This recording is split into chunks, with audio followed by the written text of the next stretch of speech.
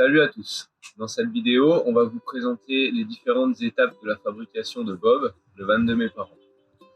On a créé ce van pour mes parents suite à une discussion qu'on a eue au printemps. Donc je suis allé les voir pour leur demander de m'aider sur un projet professionnel. Je voulais devenir aménageur de van. Et donc leur première réponse a été oui, bien sûr, on va te suivre. Et leur deuxième réponse a été le premier van sera pour nous. Donc ça a été assez simple de commencer comme ça et je les en remercie.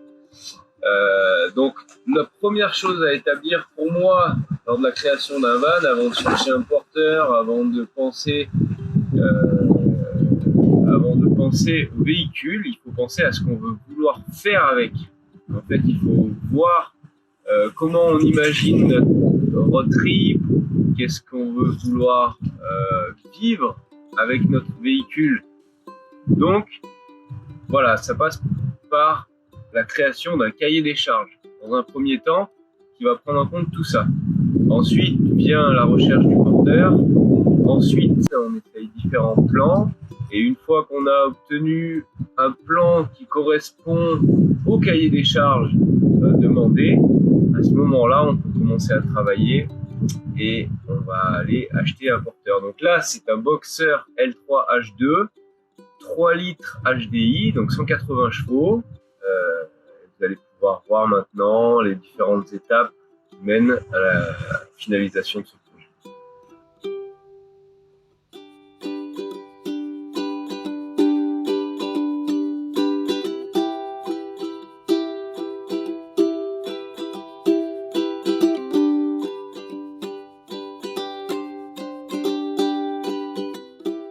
Donc mes parents voulaient une isolation saine, donc on a choisi de faire un assemblage de liège et de fibres naturelles.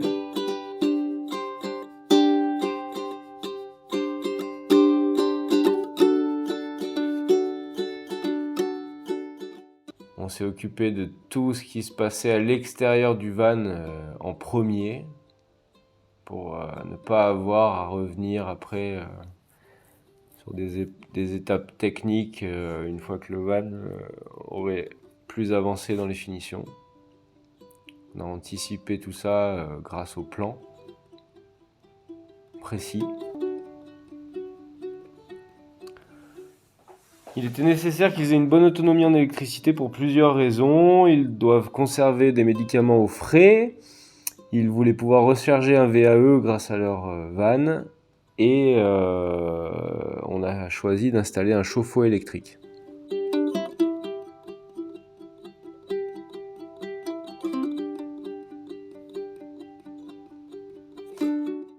J'ai aussi fabriqué le bloc qui va venir recevoir le chauffage gasoil qu'on installera par la suite. Donc faire tout ça en amont, c'est confortable. En fait, c'est confortable une fois qu'on a le sol fini, de venir, la platine est à hauteur de sol, c'est fiable, c'est bien installé, ça permet d'avoir quelque chose de bien fini après, quoi. L'évacuation des eaux grises, qui va directement dans la cuve d'eau grise, le bloc chauffage gasoil, une fois installé, et la ventilation basse du coffre gaz. On a ensuite pu continuer l'aménagement par le sol, une fois qu'on a eu fait tout ce qui se passait à l'extérieur. On a choisi du lino, par expérience c'est ce qui vieillit le mieux dans un camion. Les lattes de parquet, ça finit par s'écarter, ça prend l'eau, c'est pas l'idéal. On a ensuite fait 2 zones techniques, donc une zone technique électrique à droite du camion avec tout ce qui tourne autour de l'électricité, puis une zone d'eau avec la cuve et la pompe. Pour le plafond, j'ai choisi de créer mes supports, de ne pas utiliser les montants du camion pour éviter les ponts thermiques et dans un souci de praticité, en fait, là j'en ai mis tous les 60 cm. Ça m'a permis d'avoir les ajoutures de plaques au bon endroit. Là on peut voir qu'on a mis du lin tissé au plafond. Donc c'est une finition assez sobre, qui est propre, assez facile à installer. Si le plafond est bien droit.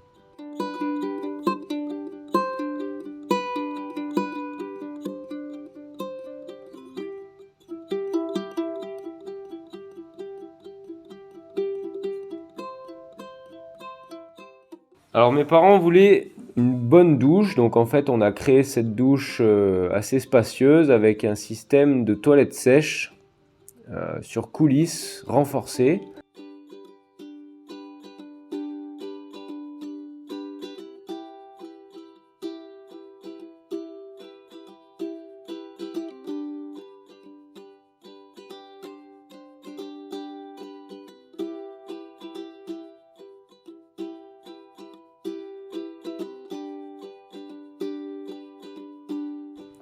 Le bon moment de l'habillage du camion,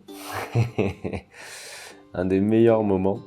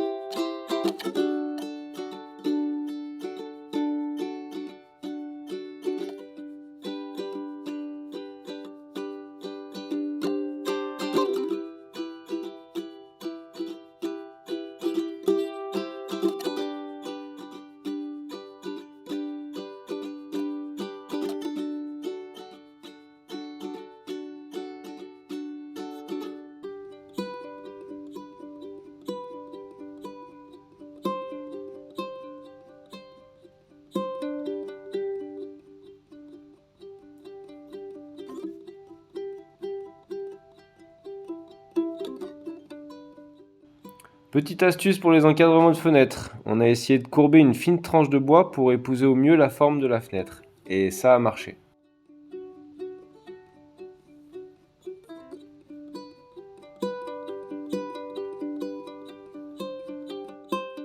Le résultat est vraiment bien en chauffant et en mouillant le bois.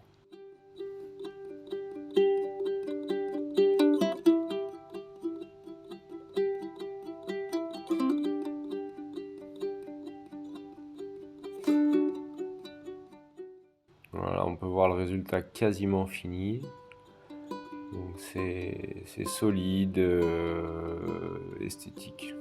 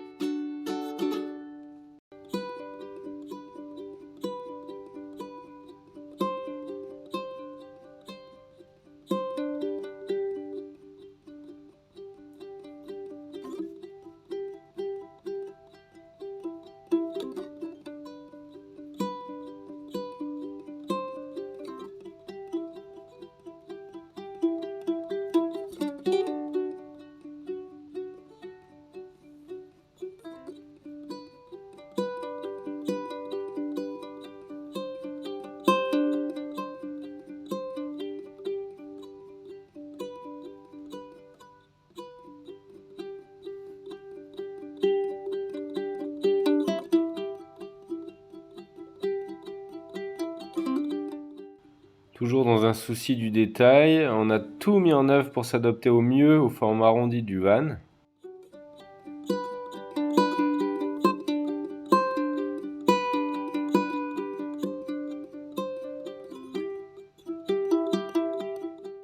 Je voulais avoir un résultat sans petits coins mal finis ou sans défaut quoi.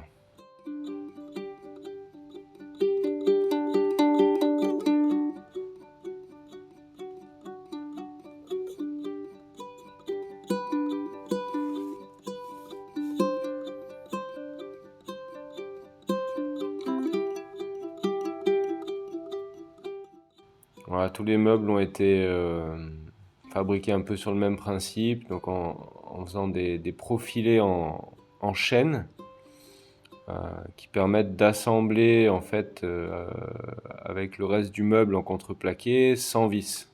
On colle le contreplaqué directement dans le profilé du chêne, ça veut dire que c'est esthétique et solide. À la fin, on peut les fabriquer avec une scie, même si c'est mieux d'avoir une toupie, mais avec une scie bien réglée, on peut arriver à les faire.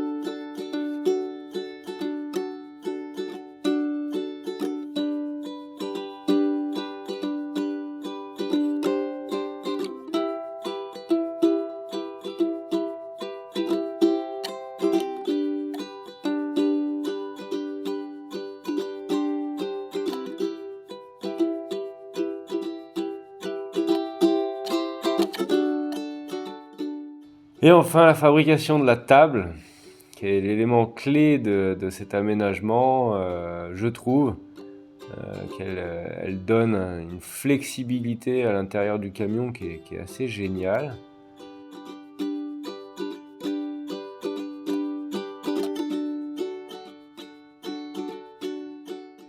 Donc je l'ai fabriqué avec des tubes galvanisés de plomberie qu'on trouve en magasin de plomberie.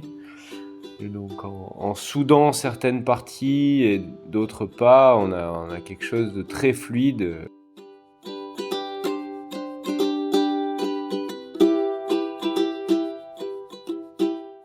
Là, on peut voir l'installation du jonc qui va recevoir le haut vent.